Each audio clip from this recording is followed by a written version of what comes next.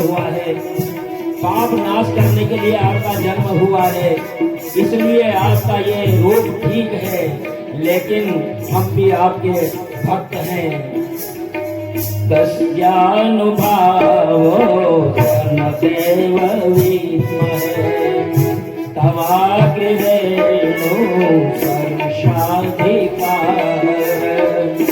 यद्वाञ्छया ललनाचरतपो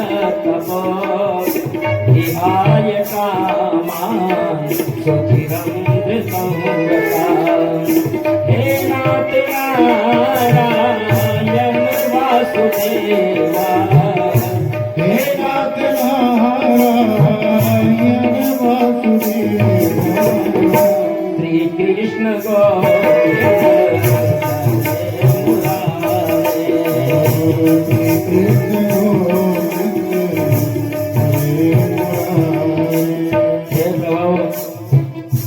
ये हमारे पुण्य ही चेते हैं।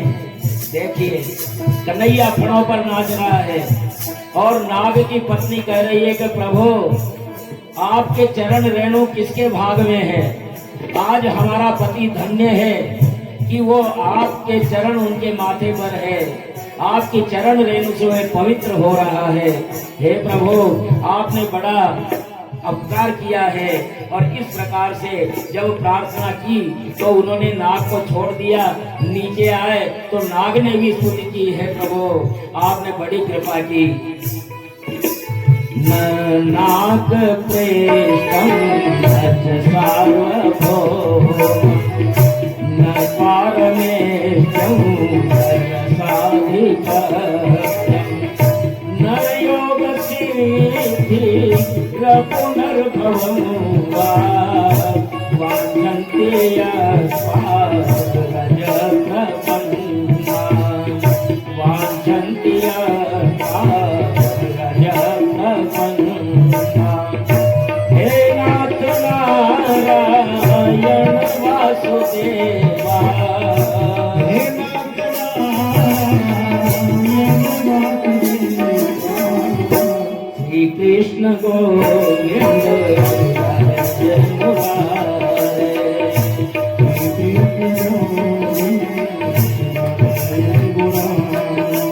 हे प्रभु मुझे कुछ नहीं चाहिए, मुझे सार्वभौमिकता भी नहीं चाहिए, मुझे परमेश्वर भी नहीं होना, न रसाधिपत्य होना है, न योग न सिद्धि, कुछ भी नहीं। केवल मैं चाहता हूँ तो आपके चरणों की रज चाह रहा हूँ। और मुझ पर बड़ी कृपा की कि आपने अपनी चरण रेणु मेरे मस्तक पर रखी। हे प्रभु गरुड़ जी का डर लगता है इसलिए मैं यहाँ हूँ। गरुड़ जी ने मुझे कहा है कि वो मुझे छोड़ेंगे नहीं, लेकिन यहाँ वो नहीं आ सकते। लेकिन कृष्ण कहते हैं कि अब मेरे पैरों की मोहर लग गई है तुम्हारे मस्तक पर, इसलिए वो कुछ नहीं कहेंगे। तो कालिए नाग दरअसल हमारा मन है और उसके 100 फण थे, हमारे मन के भी हजारों फण है। जो फण सिर उठाने लगे उस पर भगवान का नाम लेकर के और भगवान के नाम से दमन करो। भगवान ने कालिए नाग को रमणक द्वीप में भेज दिया और हम अपने इंद्रियों के विष निकाल करके रमणक द्वीप अर्थात सत्संग में भेज दो तो हमारा कल्याण होगा। बोलिए नाग के नथैया की। श्री कृष्ण गोविंद हरे मुरारे, श्री कृष्ण गोविंद हरे मुरारे। हे नाथ नारायण वासुदेवा, हे नाथ नारायण वासुदेवा, श्री कृष्ण गोविंद हरे मुरारे, श्री कृष्ण गोविंद हरे मुरारे, हरे मुरारे, हरे मुरारे, हरे मुरारे।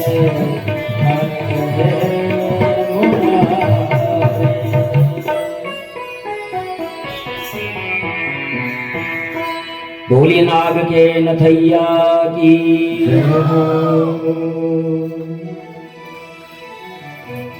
और एक बार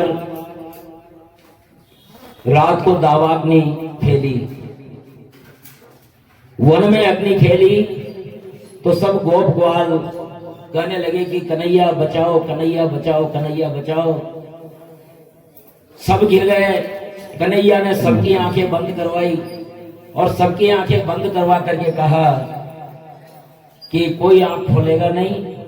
और कन्हैया ने वो सारी दावाग्नि पी गए कन्हैया, और इस प्रकार सबको दावानल से बचा लिया। एक गोप रूपी प्रलंबासुर भी ग्वालों में मिल गया था। गोप दल दो भागों में बढ़ गया। एक दल दूसरे दल को गोपों से पीठ पर बिठा करके लेके जाता था। इस प्रकार का खेल खेल रहे थे। इसी प्रकार बलराम जी को पीठ पर लेकर के बहुत दूर निकल गया, देवते रूप में आया और बलराम जी ने उसके सिर पर एक घूंसा मारा और उसका सिर फट गया। प्रलंबासुर का प्राणांत हो गया। और शरद ऋतु में शरद ऋतु के कारण वन बड़ा सुंदर हो गया था। कृष्ण और बलराम जी के साथ में वन के भीतर घुस करके गाय चराते हुए बांसुरी पर मधुर तान छेड़ते हैं। और उस वंशी धुन ने न केवल मनुष्य बल्कि पशुओं को भी, वृक्षों को भी और पक्षियों को भी मंत्र मुग्ध कर देते थे उस बंसी की स्वर में। गोपियां तो जैसे तान सुन करके मानसिक रूप से कन्हैया के पास ही पहुंच जाती थी, जैसे छवि दर्शन किए मानसिक रूप से कन्हैया के पास पहुंच गई। बर्हा पीड़म नटवर वपु कर्णयो कर्णिकारम बिभ्रद्वास कनक कपिश वैजयंती च माला। मोर का पंख का मुकुट उन्होंने लगाया हुआ है। कुंडलों में पुष्पों के कुंडल बना करके पहने हुए हैं।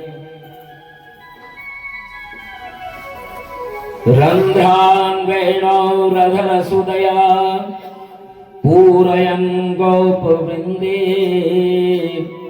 वृंदारण्यं स्वपदरमणं प्राविशत् गीत कीर्ति। बांसुरी के छिद्रों में जैसे प्राण फूंक रहे हैं अपनी फूंक के द्वारा, अधर सुधा फूंक रहे हैं। और सारे गोप वृंद, वृंदारण्य, वृंदावन का ये क्षेत्र, और इसमें स्वयं के पदों पर ही स्वयं रमण कर रहे हैं। उनके पीछे ग्वाल बाल उनकी लोक पावन कीर्ति का गान करते हैं। इस प्रकार वैकुंठ से भी श्रेष्ठ वृंदावन उनके चरणों से और भी रमणीय बन गया। एवं विदा भगवतो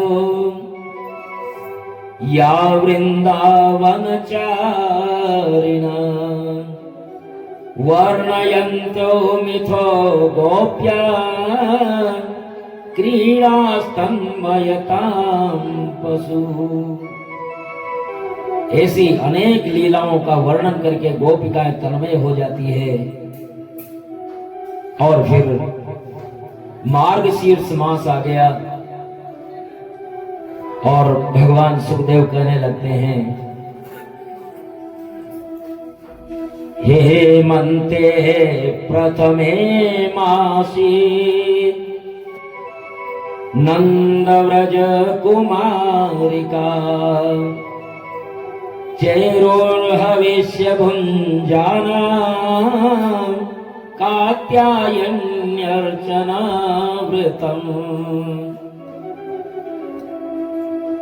ब्रह्म वेला में यमुना तट आकर के गोपिकाएं, कुमारी, ब्रज की कुमारियां यमुना तट पर आकर के और बालुका की मूर्ति बनाती, चंदन पुष्प नैवेद्य धूप दीप भेंट फल चावल आदि से पूजा करके प्रार्थना करती थी। पहले तो गंगा जी में, यमुना जी में स्नान करती, स्नान के बाद बालुका की मूर्ति बना करके उसकी पूजा करती और पूजा के बाद में वो प्रार्थना करती, कात्यायनी महामाये महायोगिन्यधीश्वरी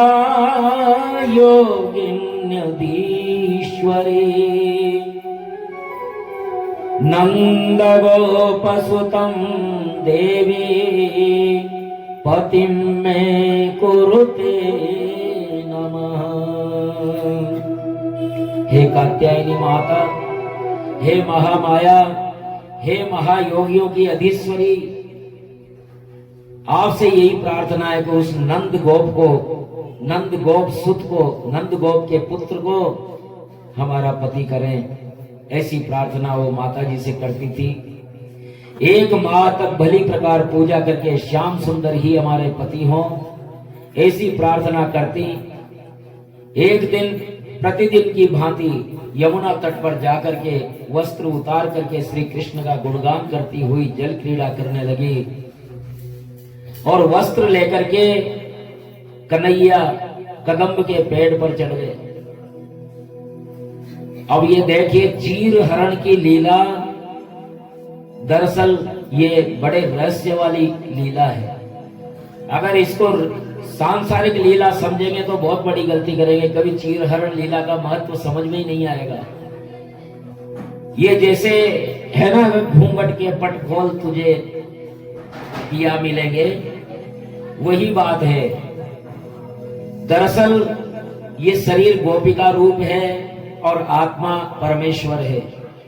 जो प्रकृति में वह सब स्त्री है, प्रकृति है, चाहे स्त्री हो या पुरुष हो, जो शरीर में है वो प्रकृति में है और पुरुष तो केवल कन्हैया है।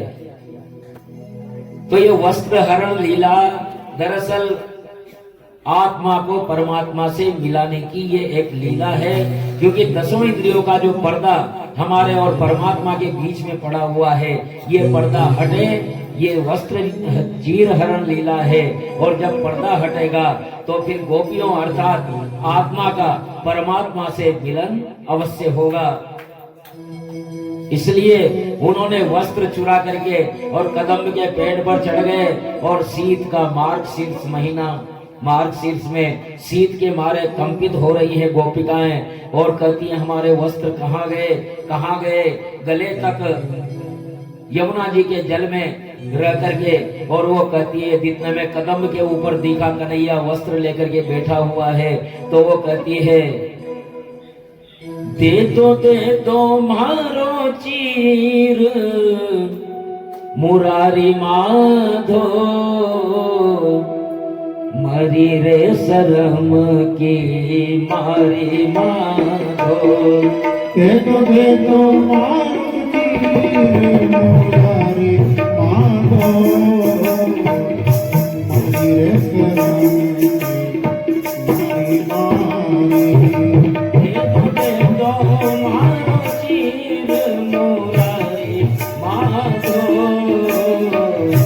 मरी रे शरम की मारी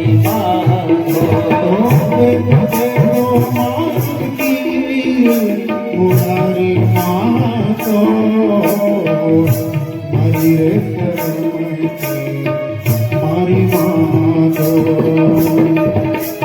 आसाम वासा सुखादाये नीमा हुई असत्वर, असती प्रसंबाले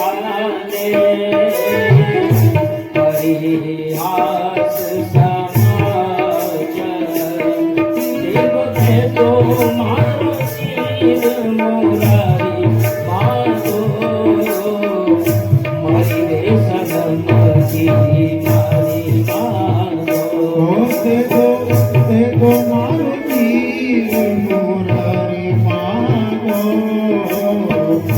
मरी रे शरम की मारी माधो। कन्हैया इतने निर्दयी मत बनो, आप हमारे वस्त्रों को लेकर के कदम्ब पे चढ़ गए हैं। हे श्याम सुंदर, हम आपकी दासियां हैं, श्याम सुंदर ते दास सर्वास्तभोदितम्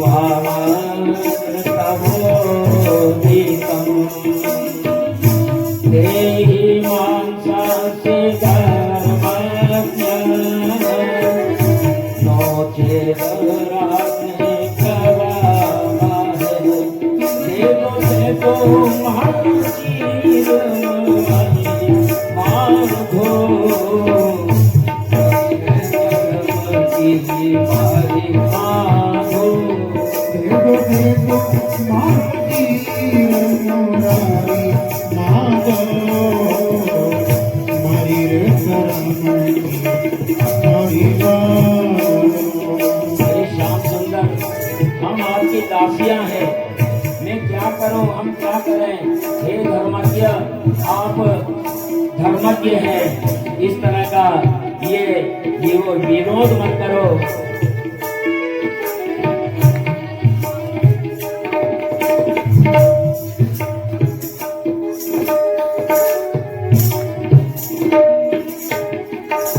हे प्रभु, मानयं भोगता स्वां तु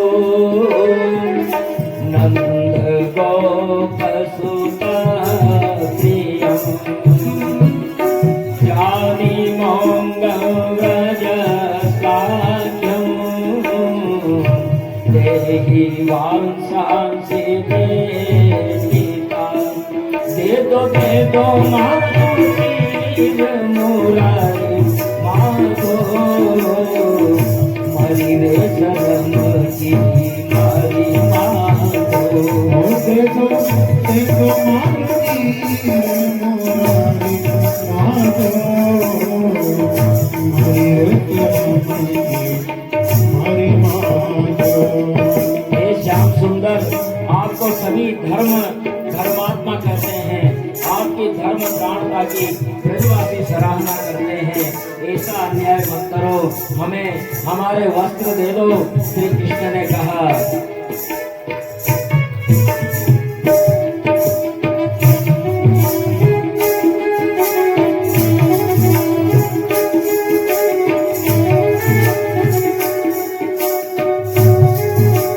जय हो, बोलिए चीर के चुरैया की। भगवान कृष्ण ने कहा, भवत्यो यदि मे दासो मयोक्तं वा करिष्यथ अनागत सर्वांसांसि प्रतीच्छन्तु सुचिष्मिताम्। दे तो मारुति मुरारी माधो मारी रे शरण की मारी माधो। देखो देखो मारुति मुरारी माधो मारी रे शरण की मारी माधो मारी रे शरण की मारी माधो मारी रे शरण की मारी माधो।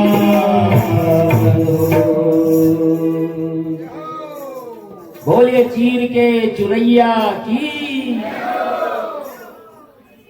अगर आप मेरी दासी हो तो बाहर आओ और आकर के अपने वस्त्र लो। गोपियां बाहर आई और वस्त्र पहने। तब कृष्ण बोले कि तुमने व्रत तो भली प्रकार किया था। देखिए क्यों किया भगवान ने ऐसा। व्रत तो तुमने भली प्रकार किया था, किंतु नग्न स्नान करके जल के अधिकृत देवता वरुण जी का अपमान किया तुमने। इसलिए नदी, तालाब, सार्वजनिक जो जल स्रोत है वहां नग्न स्नान वर्जित है, क्योंकि ये जल देवता है, वरुण देवता है, वो देवता है जिसके आधार पर ये सृष्टि टकी हुई है। तो इस दोष की शांति के लिए अपने हाथ जोड़ करके सिर से लगाओ और झुक करके प्रणाम करो। गोपी गण को समझ में आ गया और इस त्रुटि के लिए श्री कृष्ण को प्रणाम किया है। क्योंकि समस्त कर्मों के साक्षी श्री कृष्ण को नमस्कार करने से जो भी त्रुटियां रही हो, जो भी कमियां रही हो, वो उन अपराधों का परिमार्जन हो जाता है। इसलिए कोई भी काम करके कहना चाहिए कि भगवान श्री कृष्ण को हम प्रणाम करते हैं, या विष्णु स्मरण मात्र से सर्व कर्म सफलास्तु, सारे कर्म विष्णु के स्मरण से ही सिद्ध हो जाते हैं। याता बला ब्रज सिद्धा मये मारंस्यथ क्षपा यदुद्देश्य व्रतमिदं चेरूयाचार्यार्चनं सती। तुम्हारा मनोरथ जो तुमने कहा ना, नंद गोप सुतम देवी पतिम में कुरुते नमः, इस मनोरथ से तुमने जो देवी की प्रार्थना की है, ये तुम्हारी प्रार्थना शरद पूर्णिमा की रात को सिद्ध होगी। एक बार गोप ग्वालों को भोजन लाने श्री कृष्ण ने मना कर दिया था। गाय चराने जा रहे थे तो रोजाना तो वो टिफिन लेते थे, भोजन साथ में लेते थे, वन में करते थे। कन्हैया ने कह दिया कि आज का भोजन जंगल में। बोले कन्हैया कैसे होगा जंगल में? बोले चलो मैं करवाता हूं। अब जंगल में गए, जब लंच का समय आया, भोजन का समय आया, तो फिर कन्हैया कहाँ है भोजन? भूख लगी है, पेट में चूहे दौड़ रहे हैं। बोले जाओ इस दिशा में एक यज्ञ हो रहा है, वहां जाकर के और मान करके ले आओ, वहां मिल जाएगा तुम्हें। तो कृष्ण ने जब ऐसा कहा तो वेद पाठी ब्राह्मण स्वर्ग की कामना से आंगिरस यज्ञ कर रहे थे और ब्राह्मण को स्वयं को श्रेष्ठ मानते थे।